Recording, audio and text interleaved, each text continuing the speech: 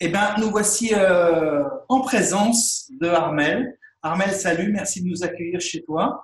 Avec grand plaisir. Bonjour Alain. Bonjour. Pour un petit interview, pour une présentation, Armel sera avec nous les 8, 9 et 10 mars à Lyon pour un week-end intensif et inspirant le vendredi soir et puis le samedi, dimanche, toute la journée. Armel, on te voit beaucoup en ce moment, enfin, pour ceux qui suivent un peu l'actualité, ton actualité, on te voit très active sur plein de domaines différents. Tu fais beaucoup de choses, de la danse, tu travailles beaucoup sur l'éducation des parents, des enfants. Voilà. Est-ce que tu peux nous faire un petit brief sur ton actualité la plus chaude? Ouais, avec plaisir. Ben, oui, en effet, là, je suis toujours avec la danse en formation de futurs facilitateurs, donc la danse du mouvement de la vie, qui est la danse que j'ai créée, qui invite à se mettre à l'écoute du mouvement naturel de la vie en soi, qui pour moi est quelque chose d'essentiel parce que c'est ce qui nous permet de nous réaligner avec qui on est vraiment, de nous réaligner dans le moment et puis aussi de dépasser quelque part nos peurs, de transformer les émotions qu'on a pu cristalliser dans son corps au travers des expériences de la vie qui n'ont pas toujours été faciles. Donc, c'est dans elle a vraiment un fabuleux pouvoir transformateur, mais aussi de revenir à sa vraie nature, revenir ici, et puis être en lien avec le corps. Donc, c'est clair que c'est un outil qui est important, moi, dans ce que j'enseigne, puisque ça permet d'allier un peu tous les aspects et tous les domaines de notre être, tous les espaces de notre être. Et c'est clair que les gens qui viennent sont hyper heureux des transformations qu'ils vivent. Je viens de donner un week-end là à Valence qui était sur renouer avec l'enfant en soi et vivre ses rêves. Et c'était fabuleux simplement de voir les partages des gens ou les transformations qu'ils ont vécues sur le week-end. Donc voilà, il y a plusieurs week-ends comme ça pendant ce premier semestre. Un festival aussi avec la danse, toujours au mois d'août. Et ça reste un outil que j'adore évidemment et que je trouve passionnant à explorer.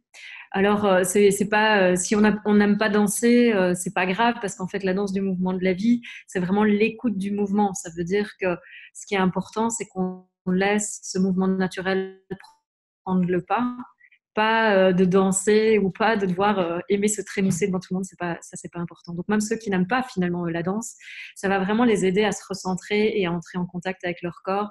Et aussi apprendre, tiens, qu'est-ce que l'écoute de moi peut m'amener de différent dans ma vie et comment ça peut embellir, faciliter ma vie, la simplifier et puis aussi me ramener en connexion avec moi-même. Donc c'est quand même ouais, c'est vraiment un bel outil.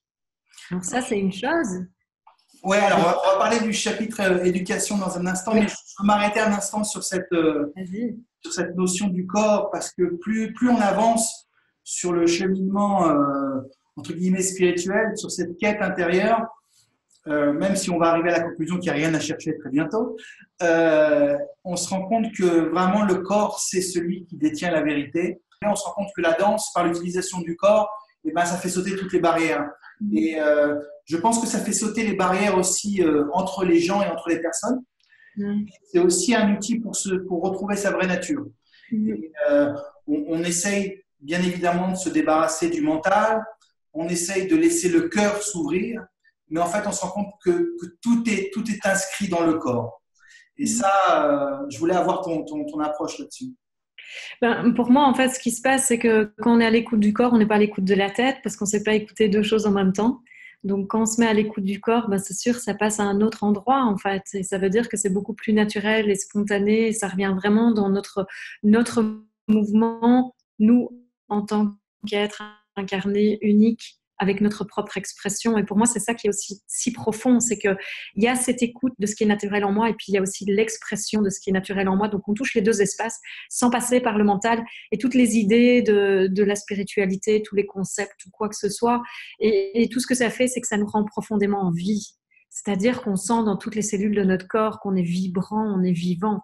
Et donc oui, pour moi, c'est profond parce que il y a une dame qui était là le week-end dernier, qui avait plus de 70 ans et qui a été dans une gratitude profonde à la fin du week-end parce qu'elle disait, et si seulement on vivait dans un monde où tout le monde s'écoute et tout le monde suit son mouvement. Elle dit, moi, j'ai ouvert les yeux pendant la dernière danse, puis je vous voyais tous danser votre mouvement et j'étais profondément touchée par ce que je voyais et je me disais, mais quel monde on créerait si tous on avançait dans cette écoute de nous et dans notre mouvement respectif, en fait.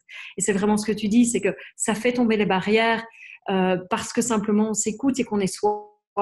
Et je pense en effet que si on était beaucoup plus soi, eh bien, il y aurait beaucoup moins de guerres, de conflits et tout ça. Et c'est peut-être un peu tout le challenge. Et ce qui est magnifique avec le corps, c'est que ça court-circuite le mental, la tête, les idées et tout ce qui peut créer le conflit. Donc oui, c'est super puissant. Quelqu'un me parlait récemment je ne sais plus où je voyais ça dans un documentaire sur qu'il n'y a pas de différence entre le danseur et la danse. Et je trouvais ça très, très beau. Ben oui, ce qui est magnifique, en fait, c'est qu'aussi dans cette écoute du mouvement, ce qu'on arrive à toucher, c'est vraiment cet espace où, en fait, tout est uni. La danse, la musique, le danseur, le moment, tout. On se rend compte qu'il y a un mouvement qui est tellement naturel que c'est même pas moi qui le fais, ce mouvement, en fait. C'est waouh, il y a la vie qui vit, là. Waouh. Et ça, c'est fort. C'est encore une forme directe pour être uniquement dans le présent, quoi, dans l'instant présent de la danse. Tout à fait. Oui, clairement.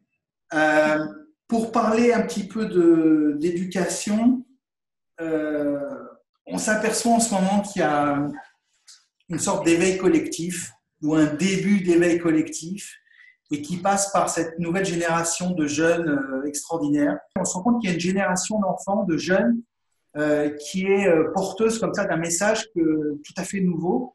Et l'idée, c'est comment les accompagner, comment accompagner cette génération à être plus en contact avec la présence, avec leur vraie nature. Et des fois, tu travailles aussi là-dessus. Surtout d'inviter les parents, les éducateurs ou les enseignants à pouvoir les rencontrer différemment. Ce qui implique aussi qu'ils vont devoir, eux, se rencontrer parce que je pense en effet que les enfants portent un message fort. Et le message principal, c'est qu'il nous invite à nous reconnecter à l'essentiel, que notre monde part un peu dans tous les sens et que c'est important qu'on revienne ici, qu'on revienne à vraiment c'est quoi l'essentiel pour moi, c'est quoi mes valeurs, est-ce que je vis en cohérence avec mes valeurs, est-ce que je suis présent dans ma vie et dans mon être comme j'ai vraiment envie de l'être, et quel parent je suis ou quel enseignant je suis et comment je peux vraiment de cet espace-là alors voir comment je peux rencontrer l'enfant. Et pour moi, c'est essentiel parce qu'en effet, si je peux rencontrer l'enfant pour qui il est, au lieu d'essayer de le faire devenir qui je pense qu'il doit être pour correspondre à ma vision du monde déformée souvent, eh bien, il y a un nouvel espace qui peut se créer, qui est l'espace de la rencontre. L'espace de la rencontre, pour moi, c'est là où la vie est, c'est là où la magie opère et c'est là où tout est possible, en fait. Parce qu'un enfant qui se sent rencontré se sent automatiquement aimé, compris, validé. Et ça veut dire que là, il se sent en sécurité et il a tout pour déployer ses ailes.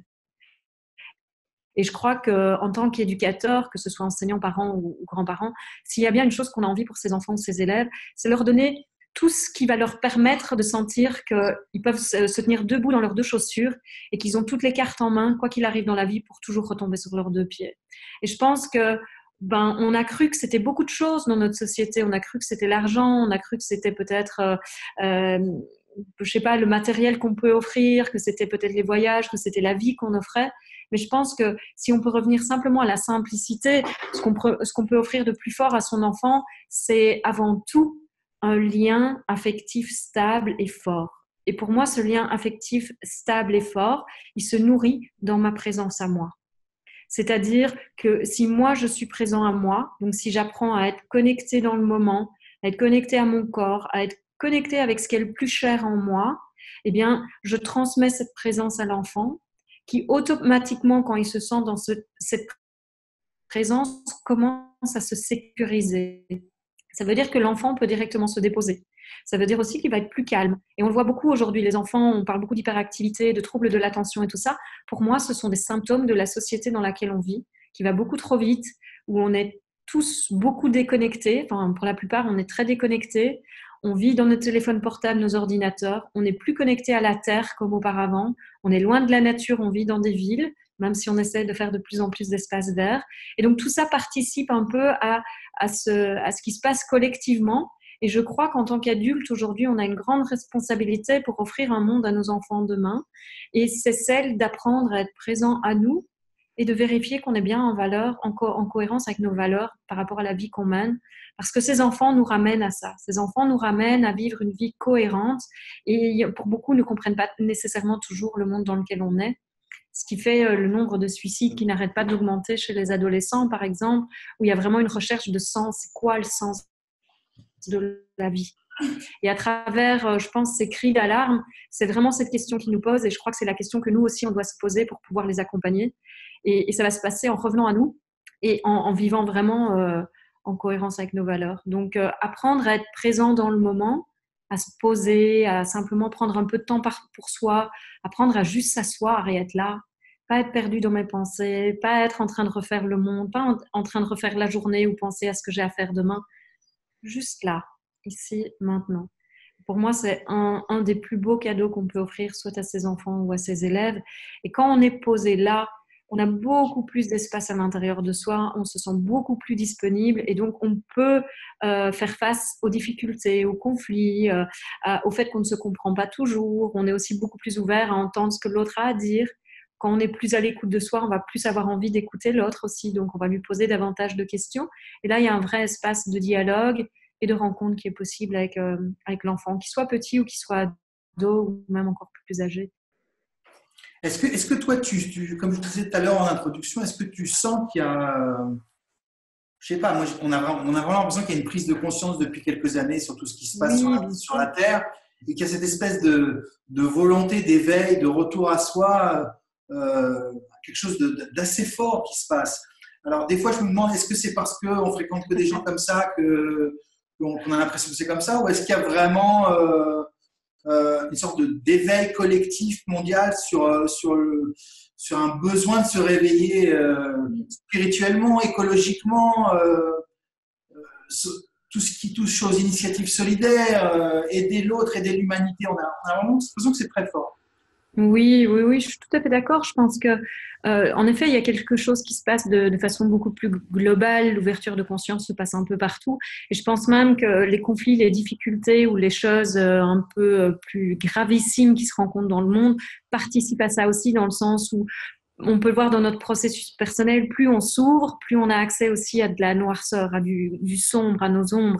Et c'est la même chose un peu dans le monde, c'est que plus la conscience s'ouvre quelque part, un peu partout à travers le monde, et plus forcément on va avoir accès à des parties de l'humanité qui étaient plutôt cachées auparavant, mais qui se vivaient aussi, tandis qu'aujourd'hui, ben, ça éclate au grand jour. Et c'est une bonne chose, quelque part. En tout cas, selon moi, c'est une bonne chose parce que ce qui revient, ce qui passe de l'inconscient ou du côté caché à la conscience ou au grand jour, ben, ça veut dire que c'est le début de la transformation. Donc, pour moi, oui, j'ai plutôt tendance à être positive, même si on voit des choses qui ne sont pas évidentes. Alors, justement, pour aborder un peu le thème du week-end qu'on va passer ensemble, donc c'est un petit peu comment utiliser la présence dans notre quotidien. Au départ, quand on avait discuté, on avait voulu aussi aborder le thème de la souffrance.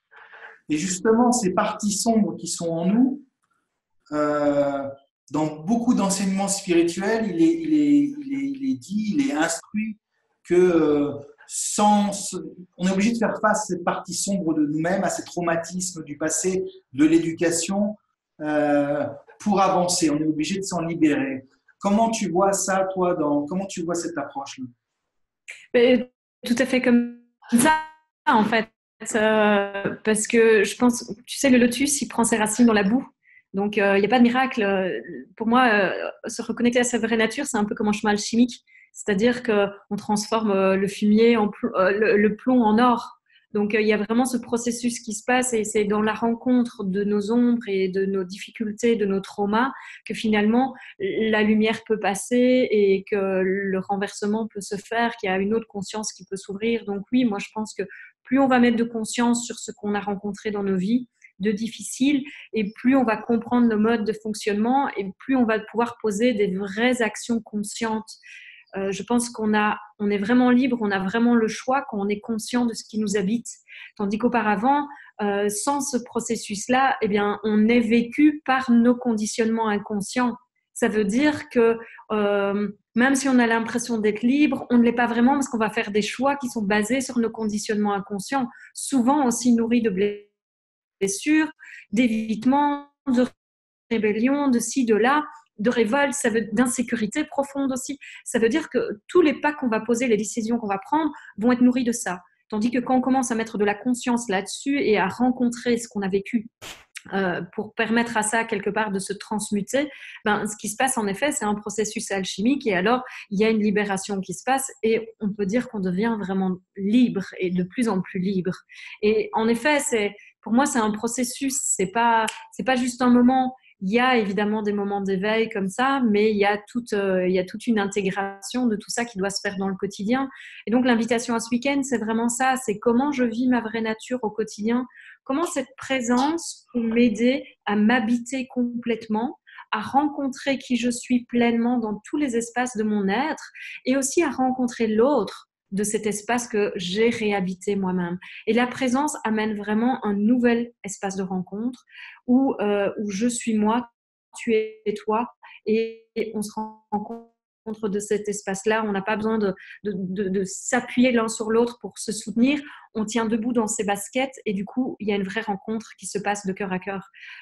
Et pour moi, c'est un peu ça, ce week-end, c'est vraiment comment cette présence vécue au quotidien me permet d'être pleinement l'être que je suis dans tous les domaines de ma vie. Donc, c'est une vraie reconnexion avec soi dans ses cellules, dans le plus intime de soi et aussi dans son être entier, quoi. Super, j'ai pas grand-chose à rajouter. Dis-moi, durant ce week-end, est-ce qu'on va danser un peu quand même? Moi, je propose qu'on se mette en mouvement, en tout cas. Je pense que ça participera à ce que quoi que ce soit qu'on ait rencontré, ça bouge dans toutes nos cellules, ça s'intègre dans toutes nos cellules. Et ça va pas être un week-end de danse, mais en tout cas, j'inviterai le mouvement justement pour qu'on puisse intégrer chaque jour ce qu'on a vécu et qu'on puisse voir comment les transformations du fait d'être à l'écoute de ce mouvement naturel peuvent vraiment nous accompagner au quotidien. Donc, moi, j'ai envie de dire que les gens qui viendront, ils repartiront avec un outil concret qui peut les accompagner chaque jour, chaque moment, pour savoir comment faire face à quoi que ce soit qu'ils rencontrent dans leur vie. Super. Écoute, ça donne envie. Génial. En tout cas, moi, je me réjouis parce que vraiment, ça fait quelques temps que j'ai plus donné des rencontres, plus de questions-réponses, de dialogue. Et ça me tient très à cœur. Donc, je suis très, très heureuse de venir à Lyon et de donner un week-end complet de dialogue. On est content de t'accueillir. On a hâte d'y être. Et puis, on va mettre toutes les infos sur la vidéo. Génial. Merci Alain. Avec grand plaisir. Merci à toi. Bientôt. À bientôt.